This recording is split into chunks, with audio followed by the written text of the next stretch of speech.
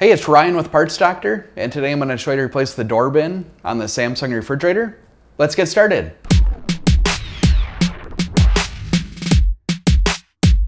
To remove the door bin, firmly grasp one side of the bin, then tap on the bottom to release it, and lift out to remove. If you have a bad door bin and you need to purchase a new one, you can check out our website, partsdoctor.com. We'll leave a link in the description below.